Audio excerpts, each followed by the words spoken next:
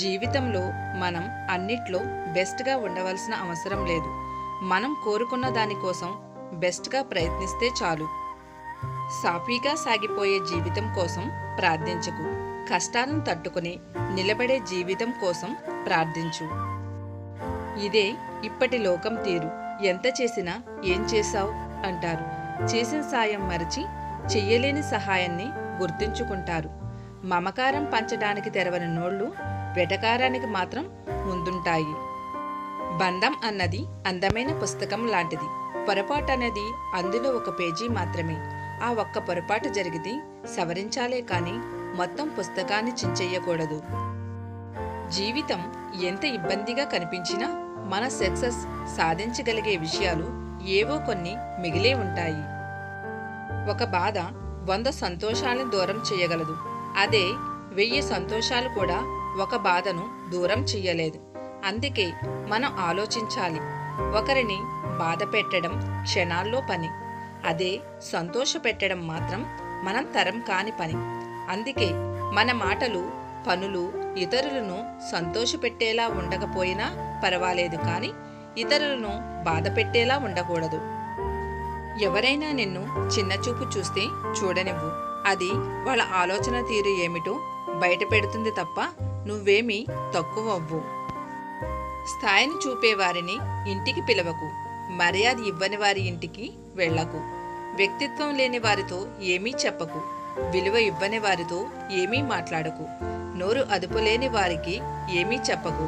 అహంకారం చూపేవారితో కలవకు. గుర్తుపెట్టుకో, మౌనం మనసును శుద్ధి చేస్తుంది. జ్ఞానం బుద్ధిని శుద్ధి చేస్తుంది. దానం సంపాదన శుద్ధి చేస్తుంది. ఉపవాసం ఆరోగ్యాన్ని శుద్ధి చేస్తుంది. క్షమాపణ బంధాలను శుద్ధి చేస్తుంది. డబ్బు తొడగొడుతుంది, పడగొడుతుంది, చెడగొడుతుంది, అలాగే విడగొడుతుంది. అర్థం చేసుకోలేని వారి దగ్గర వాదన అనవసరం. లోపాలు వెతికే వారి దగ్గర వివరణ అనవసరం.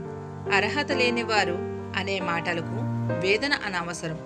బంధం విలువ తెలియని వారి కోసం రోదన అనవసరం. ఈ ప్రపంచంలో మనం బ్రతకాలంటే మంచితనం, మొండితనం రెండూ ఉండాలి. మంచితనం మనుషుల మీద చూపించాలి. మొండితనం పరిస్థితుల మీద చూపించాలి. జీవితం అనేది సైకిల్ తొక్కడం లాంటిది. బ్యాలెన్స్ పోకుండా ఉండాలంటే ముందుకు వెళుతూనే ఉండాలి. చీకటి లేకుండా ఆకాశంలో చుక్కలు మెరవలేవు. కష్టాలు లేకుండా జీవితం గెలవలేము. తప్పు చేసి కూడా నిజాయితీ పరులుగా చెలామణి అవుతున్న వారి కంటే ఏ తప్పు చేయకపోయినా నిజాయితీని నిరూపించుకోలేక తప్పుడు మనుషులుగా ముద్రించబడేవాళ్లే ఎక్కువ. జీవితంలో అర్థం చేసుకునే మనుషులు మన దగ్గర ఉన్నప్పుడు కన్నీళ్లు కూడా ఆనంద బాష్పాలుగా మారిపోతాయి. ఒక మంచి మాట మనుషుల్లో ధైర్యాన్ని నింపుతుంది.